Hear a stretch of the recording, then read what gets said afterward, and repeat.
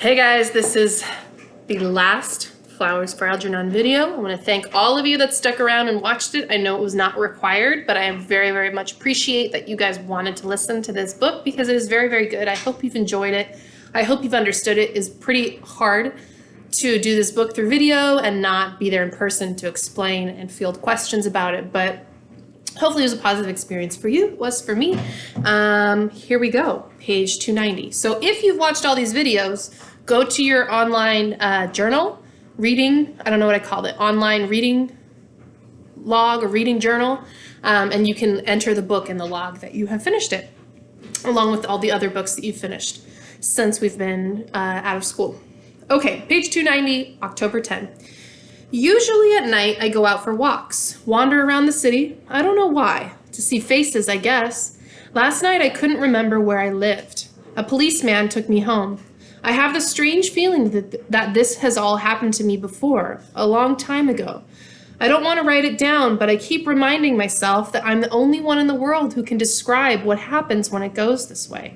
So that did happen at the beginning of the book when he remembered that his friends from the bakery got him drunk and ditched him, and so he had to have a policeman drive him home, and now he's had to have a policeman drive him home again.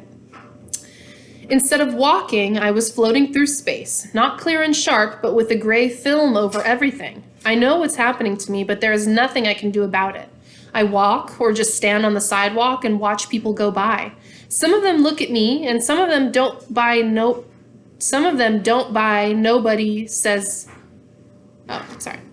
Some of them look at me, and some of them don't, but nobody says anything to me, except one night a man came up and asked if I wanted a girl. So why did I just I was not able to read that sentence, and I'll tell you why. He should have had a comma after don't, and then before the but. So that's why I was confused by what he was writing. It's because he didn't use proper punctuation, which is how it is when you guys write to me and I can't understand what you're saying because you're not using proper punctuation. It is very important to use punctuation. So that's a sign that he is losing his intelligence. He took me to a place. He wanted $10 first, and I gave it to him, but he never came back. And then I remembered what a fool I was. October 11. When I came into my apartment this morning, I found Alice there, asleep on the couch. Everything was cleaned up, and at first I thought I was in the wrong apartment. But then I saw she hadn't touched the smashed records, or the torn books, or the sheet music in the corner of the room. The floor creaked, and she woke up and looked at me. Hi, she laughed. Some night owl. Not an owl, more of a dodo, a dumb dodo. How do you get in here? Through the fire escape, Faye's place. I called her to find out about you, and she said she was worried. She says you've been acting strangely, causing disturbances. So I decided it was time for me to put in an appearance. I straightened up a bit. I didn't think you'd mind.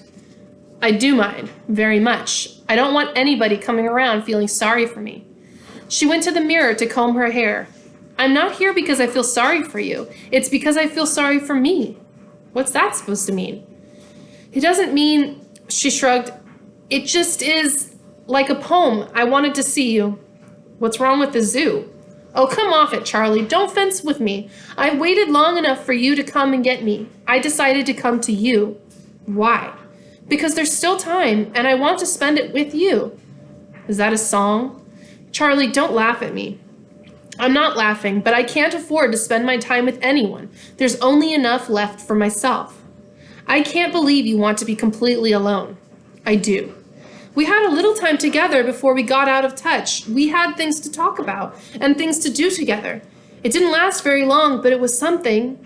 Look, we've known this might happen. It was no secret. Look, I didn't go away, Charlie. I've just been waiting. You're about at my level again, aren't you? I stormed around the apartment. But that's crazy. There's nothing to look forward to. I don't dare let myself think ahead, only back.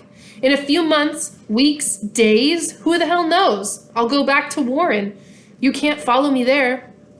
No, she admitted, and I probably won't even visit you there. Once you're in Warren, I'll do my best to forget you. I'm not going to pretend otherwise. But until you go, there's no reason for either of us to be alone. Before I could say anything, she kissed me. I waited as she sat beside me on the couch, resting her head against my chest, but the panic didn't come. Alice was a woman, but perhaps now Charlie would understand that she wasn't his mother or his sister. With the relief of knowing I had passed through a crisis, I sighed because there was nothing to hold me back. It was no time for fear or pretense because it could never be this way with anyone else. All the barriers were gone. I had unwound the string she had given me and found my way out of the labyrinth to where she was waiting. I loved her with more than my body. I don't pretend to understand the mystery of love, but this time it was more than sex, more than using a woman's body. It was being lifted off the earth, outside fear and torment, being part of something greater than myself. I was lifted out of the dark cell of my own mind to become part of someone else, just as I had experienced it that day on the couch in therapy. It was the first step outward to the universe, beyond the universe, because in it and with it, we merged to recreate and perpetuate the human spirit. Expanding and bursting outward and contracting and forming inward, it was the rhythm of being, of breathing, of heartbeat, of day and night, and the rhythm of our bodies set off an echo in my mind. It was the way it had been back there in that strange vision. The gray murk lifted from my mind, and through it the light pierced into my brain. How strange that light should blind! And my body was absorbed back into the great sea of space, washed under in a straight baptism. My body shuddered with giving, and her body shuddered in acceptance. This was the way we loved until the night became a silent day. And as I lay there with her, I could see how important physical love was, how necessary it was for us to be in each other's arms, giving and taking. The universe was exploding, each particle away from the next, hurtling us into the dark and lonely space, eternally tearing us away from each other, child out of the womb, friend away from friend, moving from each other, each through his own pathway toward the goal box of solitary death. But this was the counterweight, the act of binding and holding, as when men, to keep from being swept overboard in the storm, clutch at each other's hands to resist being torn apart. So our bodies fused a link in the human chain that kept us from being swept into nothing. And in the moment before I fell off into sleep, I remembered the way it had been between Faye and myself, and I smiled. No wonder that had been easy. It had been only physical. This, with Alice, was a mystery. I leaned over and kissed her eyes. Alice knew everything about me now and accepts the fact that we can be together for only a short while. She has agreed to go away when I told her to go. It's painful to think about that, but what we have, I suspect, is more than most people find in a lifetime. October 14th. I wake up in the morning and don't know where I am or what I'm doing here. And then I see her beside me and I remember. She senses when something is happening to me, and she moves quietly around the apartment, making breakfast, cleaning up the place, or going out and leaving me to myself without any questions. We went to a concert this evening, but I got bored and we left in the middle. Can't seem to pay too much attention anymore. I went because I know I used to like Stravinsky, but somehow I no longer have the patience for it. The only bad thing about having Alice here with me is that now I feel I should fight this thing. I want to stop time, freeze myself at this level, and never let go of her. October 17. Why can't I remember? I've got to try to resist this slackness. Alice tells me I lie in bed for days and don't seem to know who or where I am. Then it all comes back and I recognize her and remember what's happening. Fugues of amnesia, symptoms of second childhood. What do they call it? Senility? I can watch it coming on. All so cruelly logical, the result of speeding up all the processes of the mind. I learned so much so fast, and now my mind is deteriorating rapidly. What if I won't let it happen? What if I fight it? Think of those people at Warren, the empty smiles, the blank expressions, everyone laughing at them. Little Charlie Gordon staring at me through the window, waiting. Please, not that again. October 18. I'm forgetting things I learned recently. It seems to be following the classic pattern. The last things learned are the first things forgotten. Or is that the pattern? Better look it up again. Reread my paper on the Algernon Gordon effect, and even though I know I wrote it, I keep feeling it was written by someone else. Most of it I don't even understand. But why am I so irritable? Especially when Alice is so good to me. She keeps the place neat and clean, always putting my things away and washing dishes and scrubbing floors.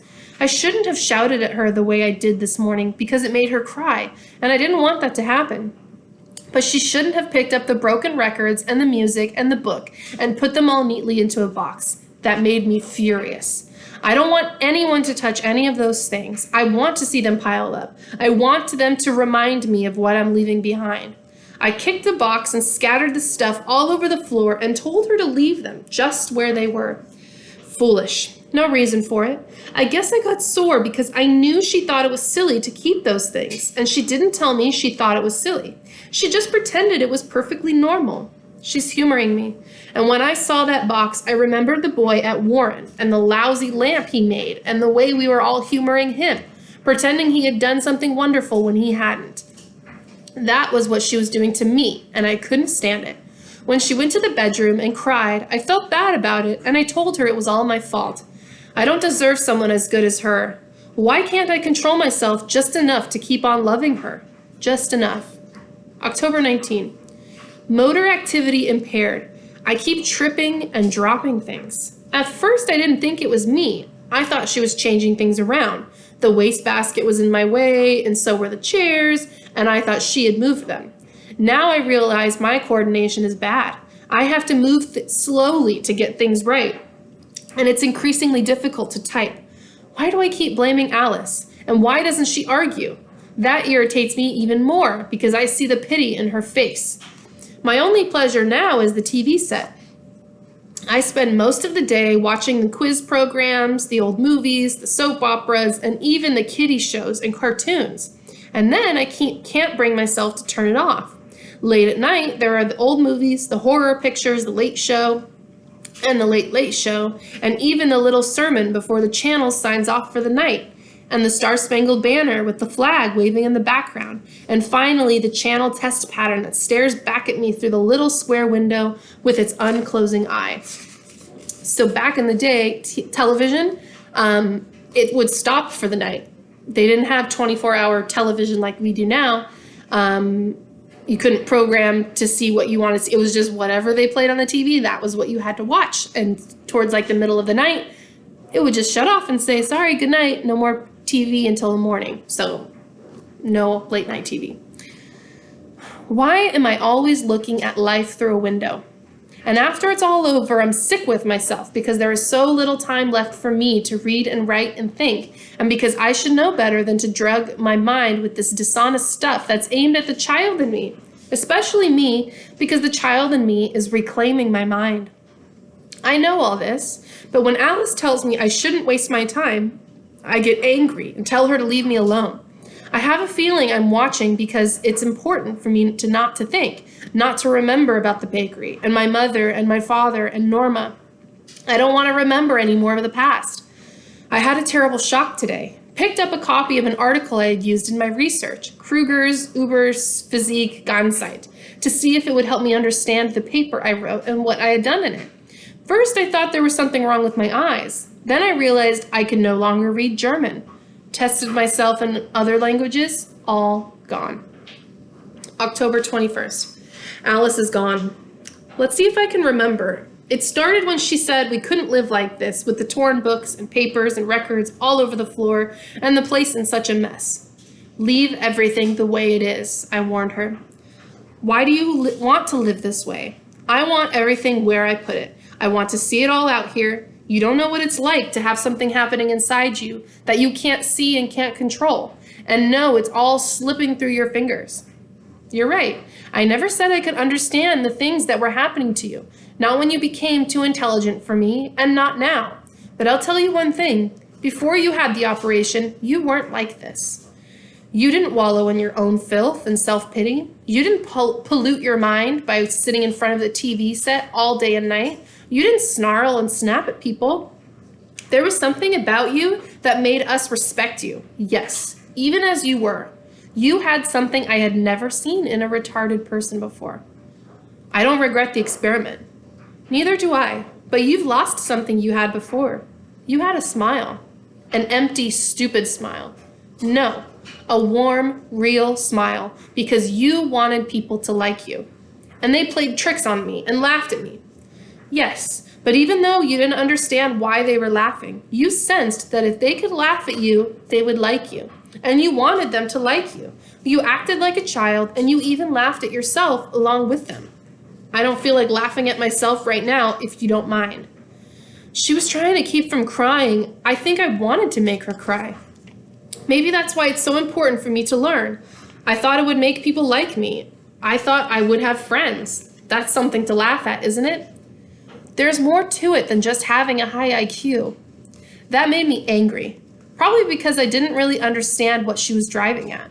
More and more these days, she didn't come right out and say what she meant. She hinted at things. She talked around them and expected me to know what she was thinking.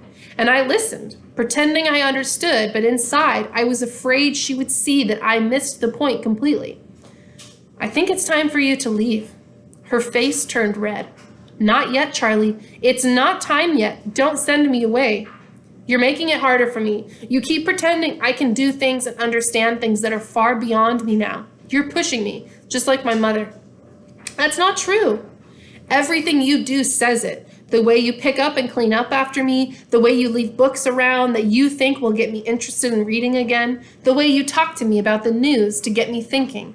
You say it doesn't matter, but everything you do shows how much it matters. Always the school teacher. I don't want to go to concerts or museums or foreign films or do anything that's going to make me struggle to think about life or about myself. Charlie, just leave me alone. I'm not myself, I'm falling apart, and I don't want you here. That made her cry. This afternoon, she packed her bags and left. The apartment feels quiet and empty now. October 25th, deterioration progressing. I've given up using the typewriter. Coordination is too bad. From now on, I'll have to write out these reports in longhand. I thought a lot about the things Alice said, and then it hit me that if I kept on reading and learning new things, even while I was forgetting the old ones, I would be able to keep some of my intelligence. I was on a down escalator now. If I stood still, I'd go all the way to the bottom. But if I started to run, maybe I could at least stay in the same place. The important thing was to keep moving upward no matter what happened. So I went to the library and got out a lot of books to read. I've been reading a lot now. Most of the books are too hard for me, but I don't care. As long as I keep reading, I'll learn new things and I won't forget how to read. That's the most important thing. If I keep reading, maybe I can hold my own. Dr. Strauss came around the day after Alice left, so I guess she told him about me. He pretended all he wanted was the progress reports, but I told him I would send them. I don't want him coming around here. I told him he doesn't have to be worried about me because when I think I won't be able to take care of myself anymore, I'll get on a train and go to Warren. I told him I'd rather just go by myself when the time comes. I tried to talk to Faye, but I can see she's afraid of me. I guess she figures I've gone out of my mind. Last night, she came home with somebody. He looked very young. This morning, the landlady, Mrs. Mooney, came up with a bowl of hot chicken soup and some chicken. She said she thought she would look in on me and see if I was doing all right. I told her I had lots of food to eat, but she left it anyway, and it was good. She pretended she was doing it on her own, but I'm not that stupid yet. Alice or Strauss must have told her to look in on me and make sure I was all right. Well, that's okay. She's a nice old lady with an Irish accent, and she likes to talk all about the people in the building. When she saw the mess on the floor inside my apartment, she didn't say anything about it. I guess she's all right. November 1st. A week since I dared to write again. I don't know where the time goes. Today's Sunday, I know, because I can see through my window the people going into the church across the street. So he just said today's, which is today is, which should have an apostrophe S, and he didn't include that. So that's one of the second mistakes I've noticed. I think I laid in bed all week, but I remember Mrs. Mooney bringing me food a few times and asking if I was sick. What am I going to do with myself? I can't just hang around here all alone and look out the window. So now can't is a contraction, C-A-N-T. It's supposed to be C-A-N apostrophe T, and he didn't include the apostrophe. So now it looks like his punctuation is just kind of disappearing. I've got to get hold of myself. I keep saying over and over that I've got to do something, but then I forget, or maybe it's just easier not to do what I say I'm going to do. I still have some books from the library, but a lot of them are too hard for me. I read a lot of mystery stories now and books about kings and queens from old times. I read a book about a man who thought he was a knight and went out on an old horse with his friend.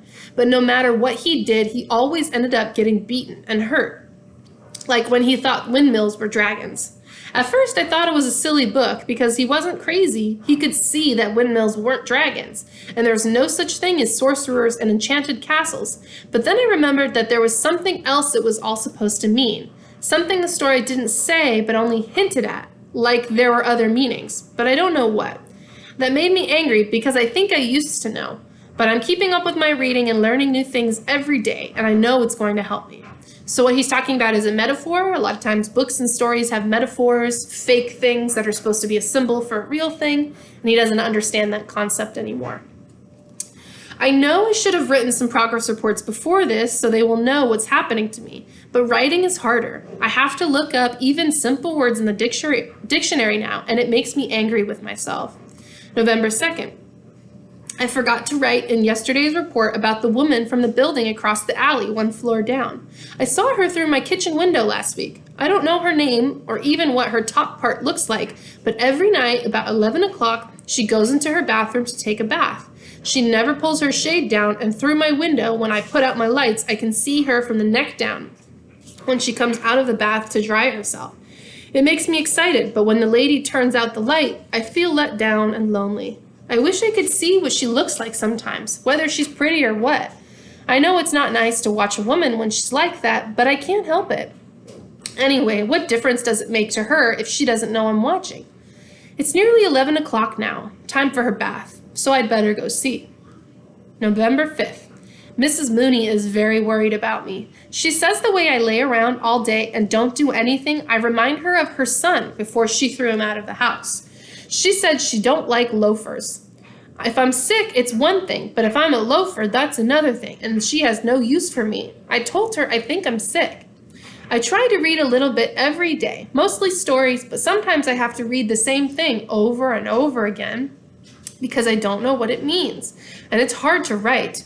I know I should look up all the words in the dictionary, but I'm so tired all the time. Then I got the idea that I would only use the easy words instead of the long, hard ones. That saves time. It's getting chilly out, but I still put flowers on Algernon's grave. Title of the book, Flowers for Algernon. Mrs. Mooney thinks I'm silly to put flowers on a mouse's grave, but I told her that Algernon was a special mouse. I went over to visit Faye across the hall, but she told me to go away and not come back. She put a new lock on her door. November 9, Sunday again. I don't have anything to do to keep me busy now because the TV is broke and I keep forgetting to get it fixed. I think I lost this month's check from the college. I don't remember. I get awful headaches and aspirin doesn't help much. Mrs. Mooney believes now that I'm really sick and she feels very sorry for me. She's a wonderful woman whenever someone is sick. It's getting so cold out now that I've got to wear 2 sweaters. The lady across the hall pulls down her window shade now, so I can't watch anymore. My lousy luck. November 10. Mrs. Mooney called a strange doctor to see me. She was afraid I was going to die. I told the doctor I wasn't too sick and that I only forget sometimes. He asked me did I have any friends or relatives, and I said no, I don't have any. I told him that I had a friend called Algernon once, but he was a mouse, and we used to run races together. He looked at me kind of funny, like he thought I was crazy. He smiled when I told him I used to be a genius. He talked to me like I was a baby, and he winked at Mrs. Mooney. I got mad because he was making fun of me and laughing, and I chased him out and locked the door. I think I know why I've been having bad luck, because I lost my rabbit's foot and my horseshoe. I got to get another rabbit's foot fast. So remember, he used to be really superstitious with his rabbit's foot in his pocket. So now he's going back to that. And there were a couple spelling errors in that paragraph. November 11. Dr. Strauss came to the door today and Alice too, but I didn't let them come in. I told them I didn't want anyone to see me. I want to be left alone. Later, Mrs. Mooney came up with some food and she told me they paid the rent and left money for her to buy food and anything I need. I told her I don't want to use their money anymore. She said money's money and someone has to pay or I have to put you out. Then she said, why don't I get some job instead of just hanging around? I don't know any work but the job I used to do at the bakery. I don't want to go back there because they all knew me when I was smart, and maybe they'll laugh at me. But I don't know what else to do to get money, and I want to pay for everything myself. I am strong and I can work. If I can't take care of myself, I'll go to Warren. I won't take charity from anybody. November 15. I was looking at some of my old progress reports, and it's very strange, but I can't read what I wrote. I can make out some of the words, but they don't make sense. I think I wrote them, but I don't remember so good. I get tired very fast when I try to read some of the books I bought in the drugstore, except the ones with pictures of the pretty girls. I like to look at them, but I have funny dreams about them. It's not nice. I won't buy them anymore. I saw in one of those books they got magic powder that can make you strong and smart and do lots of things. I think maybe I'll send away and buy some for myself. November 16. Alice came to the door again, but I said, "Go away, I don't want to see you." She cried and I cried too, but I wouldn't let her in because I didn't want her to laugh at me. I told her I didn't like her anymore and I didn't want to be smart anymore either. That's not true, but I still love her and I still want to be smart, but I had to say that so she would go away. Mrs. Mooney told me Alice brought some more money to look after me and for the rent. I don't want that. I got to get a job. Please, please don't let me forget how to read and write. So now he's back to his old ways of complete misspelling of a lot of words. November 18. Mr. Donner was very nice when I came back and asked him for my old job at the bakery. First, he was very suspicious, but I told him what happened to me, and then he looked very sad and put his hand on my shoulder and said, "Charlie, you got guts." Everybody looked at me when I came downstairs and started working in the toilet, sweeping it out like I used to do. I said to myself, "Charlie, if they make fun of you, don't get sore, because you remember, they're not so smart like you once thought they were. And besides, they were once your friends, and if they laughed at you, that don't mean anything because they liked you too." One of the new men who came to work there after I went away, his name is Meyer Klaus, did a bad thing to me. He came up to me when I was loading the sacks of flour and he said, "Hey Charlie, I hear you're a very smart fella, a real quiz kid. Say something intelligent." I felt bad because I could tell by the way he said it he was making fun of me. So I kept on with my work. But then he came over and grabbed me by the arm real hard and shouted at me, "When I talk to you, boy, you better listen to me, or I could break your arm for you." He twisted my arm so it hurt and I got scared he was going to break it like he said. And he was laughing and twisting it and I didn't know what to do. I got so afraid I felt like I was going to cry, but I didn't. And then I had to go to the bathroom, something awful. My stomach was all twisting inside like I was going to bust open if I didn't go right away because I couldn't hold it back. I told him, "Please let me go because I got to go to the toilet," but he was just laughing at me and I didn't know what to do, so I started crying. "Let me go, let me go." And then I made. It went in my pants and it smelled bad and I was crying.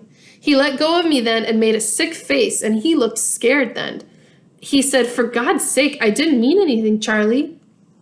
But then Joe Carp came in and grabbed Klaus by the shirt and said, "Leave him alone, you lousy bastard, or I'll break your neck. Charlie is a good guy and nobody's going to start up with him without answering for it." I felt ashamed and I ran to the toilet to clean myself and change my clothes. When I got back, Frank was there too, and Joe was telling him about it, and then Gimpy came in and they told him about it, and they said they'd get rid of Klaus. They were going to tell Mr. Donner to fire him. I told him I didn't think he should be fired and have to find another job because he had a wife and a kid. And besides, he said he was sorry for what he did to me, and I remember how sad I was when I had to get fired from the bakery and go away. I said Klaus should get a second chance because now he wouldn't do anything bad to me anymore. Later, Gimpy came over limping on his bad foot and said, "Charlie, if anyone bothers you or tries to take advantage of you, call me or Joe or Frank and we will set him straight. We all want you to remember that you got friends here and don't you ever forget it." I said, "Thanks, Gimpy. That made me feel good. It's good to have friends." So now these men are really his friends. They took care of him. They protected him when someone was being mean because they know now the journey that Charlie's been through and they do have more sympathy for him and they want to take care of him and be his friend. November 21. I did a dumb thing today. I forgot I wasn't in Miss Kinnian's class at the adult center anymore like I used to be. So remember, he used to call her Alice, and now he called her Miss Kinnian, so he's going back. I went in and sat down in my old seat in the back of the room, and she looked at me funny, and she said, "Charlie, where have you been?" So I said, "Hello, Miss Kinnian, I'm ready for my lesson today, only I lost the book we were reading."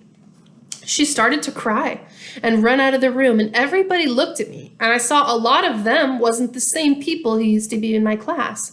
Then all of a sudden, I remembered some things about the operation and me getting smart, and I said, "Holy smoke, I really pulled a Charlie Gordon that time." I went away before she came back to the room. That's why I'm going away from here for good to the Warren State Home. I don't want to do nothing like that again. I don't want Miss Kinnian to feel sorry for me.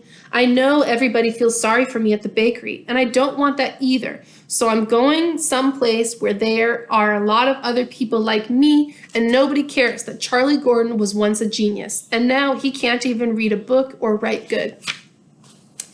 Last pages. I'm taking a couple of books along, and even if I can't read them, I'll practice hard, and maybe I'll even get a little bit smarter than I was before the operation, without an operation. I got a new rabbit's foot and a lucky penny, and even a little bit of that magic powder left, and maybe they will help me. If you ever read this, Miss Kinnian, don't be sorry for me. I'm glad I got a second chance in life, like you said, to be smart, because I learned a lot of things that I never even knew were in this world. And I'm grateful I saw it all, even for a little bit. And I'm glad I found out all about my family and me. It was like I never had a family till I remembered about them and saw them. And now I know I had a family, and I was a person just like everyone else. I don't know why I'm dumb again or what I did wrong. Maybe it's because I didn't try hard enough, or just somebody put the evil eye on me. But if I try and practice very hard, maybe I'll get a little smarter and know what all the words are. I remember a little bit how nice I had a feeling with the blue book that I read with the torn cover. And when I close my eyes, I think about the man who tore the book. And he looks like me, only he looks different and he talks different. But I don't think it's me because it's like I see him from the window. So now it's completely opposite. Unintelligent Charlie is now having visions of the intelligent Charlie and what he's been doing. But he doesn't have the processes to kind of understand what that means, whereas the other Charlie was kind of understanding what was going on. Anyway, that's why I'm going to keep trying to get smart so I can have that feeling again. It's good to know things and be smart, and I wish I knew everything in the whole world. I wish I could be smart again right now. If I could, I would sit down and read all the time. Anyway, I bet I'm the first dumb person in the world who found out something important for science. I did something, but I don't remember what. So I guess it's like I did it for all the dumb people like me and Warren and all over the world. Goodbye, Miss Kinnian and Dr. Strauss and everybody. P.S. Please tell Professor Niemer not to be such a grouch when people laugh at him, and he would have more friends. It's easy to have friends if you let people laugh at you. I'm going to have lots of friends where I go. P.S. Please, if you get a chance, put some flowers on Algernon's grave in the backyard. And that's the end of Flowers for Algernon. So, thank you all to those of you that watch these videos. It was a lot of work and a lot of time making them, so I appreciate anybody who was watching them. If you enjoyed it, or if you have any thoughts, please email me. Just say, "Hey, Ms. Lapper, I watched your last video.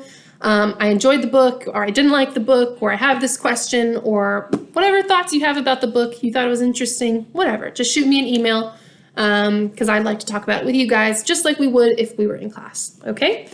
Thank you and goodbye.